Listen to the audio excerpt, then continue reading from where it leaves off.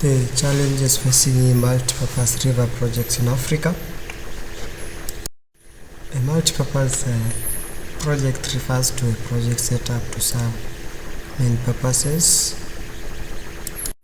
They fundamentally involve the control of floods on rivers, irrigation, provision of hydroelectric power, transport, and fishing. The examples of multipurpose river projects in Africa include: 1.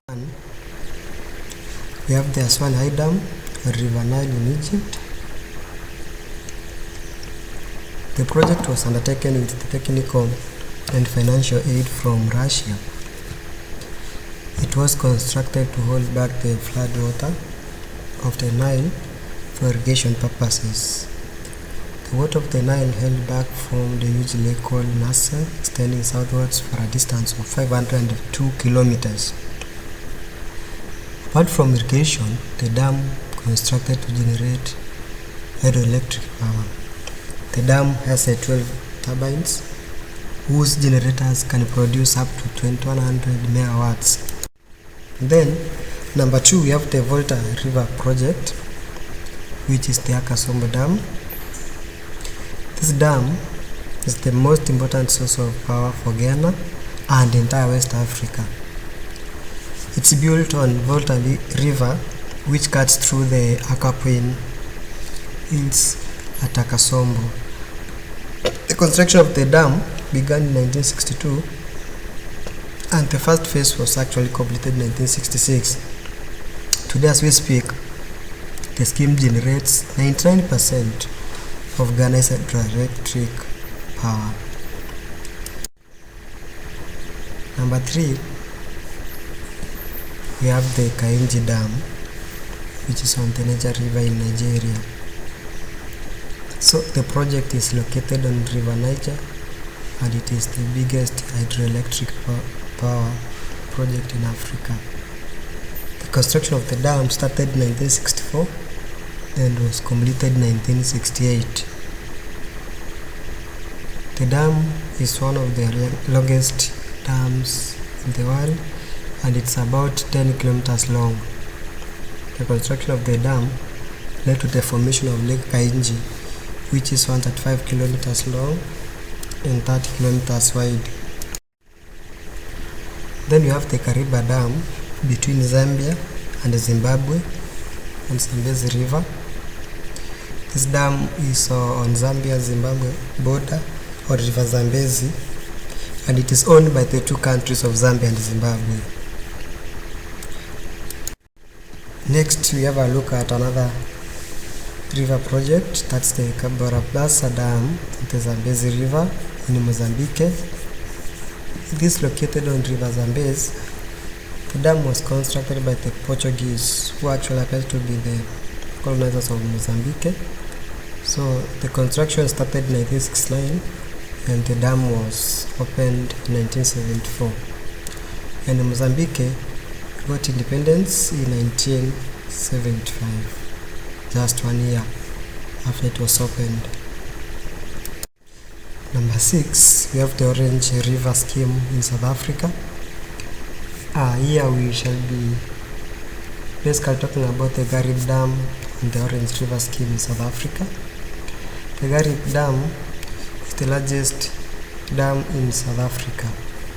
It is on the Orange River in the border between the Free State and the Eastern Cape provinces. The wall of the Garib Dam is about 289 feet, which is approximately 88 meters, and 2,999 feet, that's 914 meters long. So the wall holds back an artificial lake called the Garib Reservoir.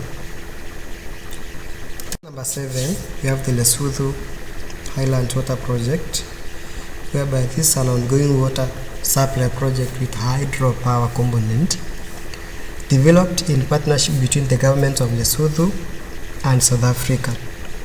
It actually comprises a system of several large dams and tunnels throughout Lesotho and delivers water to the Var River system in South Africa. In Lesotho, it involves the rivers like Malipamasu, Masoko, Sengunyene, and Sengu. It is actually Africa's largest water transfer scheme. Then 8, we have the Inga and Nzilo dams on the River Congo in DRC. These two dams are on River Zaire or Congo. Inga Dam produces actually 1200 megawatts from the rushing water of the Inga Falls near Matadi town on River Zaire, Congo.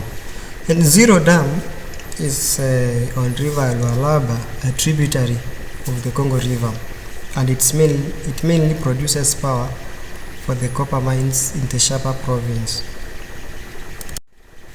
Now, after looking at some of the examples of these river projects, let's move to look at the aims and advantages of dams. The dams are actually constructed for various reasons, as we have already said that it's a multi-purpose river project. So they are usually constructed to just do or carry out so many purposes. I just mentioned a few of them. One is to generate hydroelectric power, which actually happens to be the main aim of building the dams. And then we shall look at number 2 is the control of flooding of the rivers. Number 3, they also help to promote the industrial sector. Number 4, dams also provide water for irrigation, more especially for countries that are largely desert. For example, Egypt. You saw the Aswan Dam in Egypt. Number 5 is to create a reservoir for water supply for domestic and industrial use. We have number 6 is to improve navigation by increasing the water levels. Then number 7 is to create employment for the people. Now, for our main issue is to look at the challenges that face the multi-purpose river projects in Africa. So we find out that the established and ongoing multi-purpose river projects in Africa face a number of challenges. So these challenges include: 1, we have the high cost of construction. These projects usually require large funds to support construction activities. We find that in Africa we have limited resources, especially in developing countries, which make this difficult or even completely impossible. Number 2, we have the problem of displacement of people, whereby when such projects are constructed, they cause the displacement of people. The resettlement of people who are moved from areas where dams are built is usually very expensive, and it gives the government a cost which sometimes is unbearable. Number 3 is that these dams have limited gains for the local poor populations.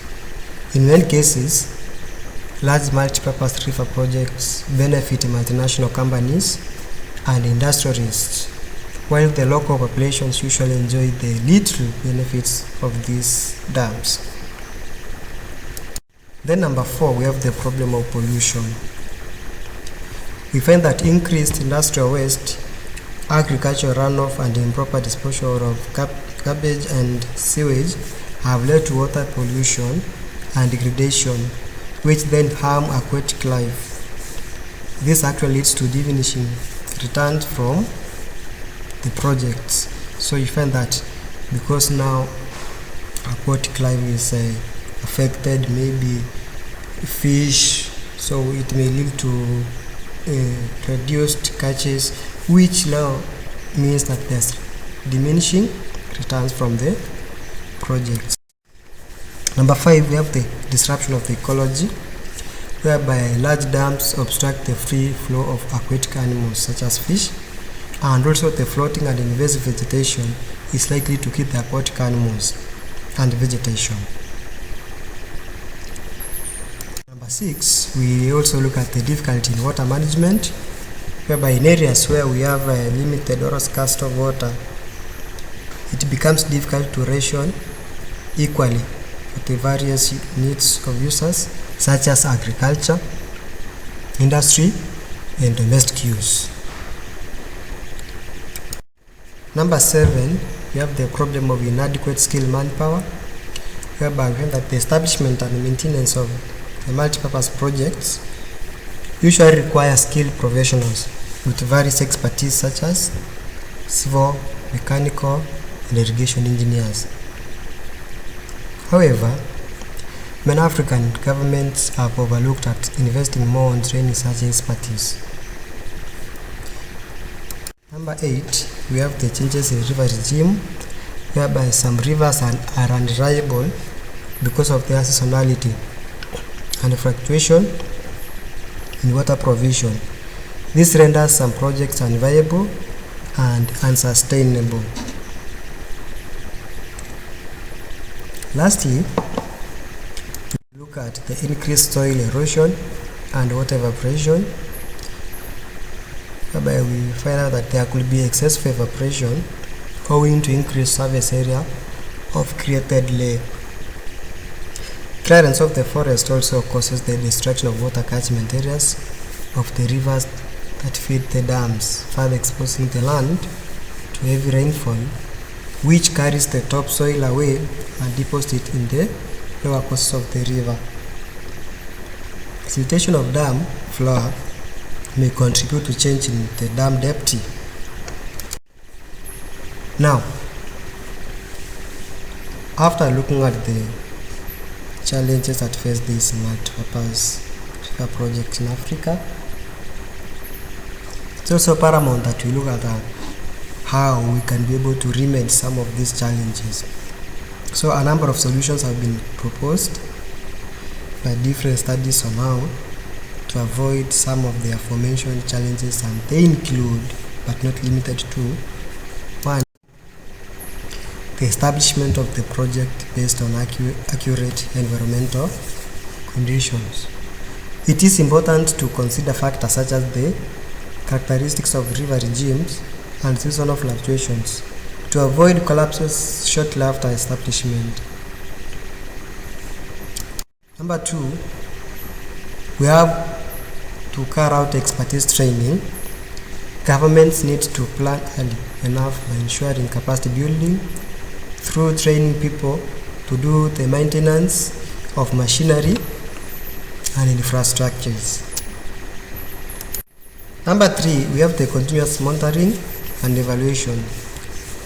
There is need for continued assessment of the project so as to monitor the project and identify any possible challenges that could be remedied early enough.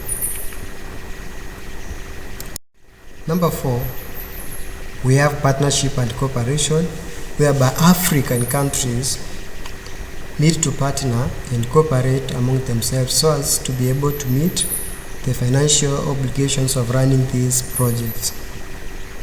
And lastly, we have resettlement, whereby government needs to devise ways to resettle the landless, since people are involuntarily moved from their spaces due to construction of dams. And this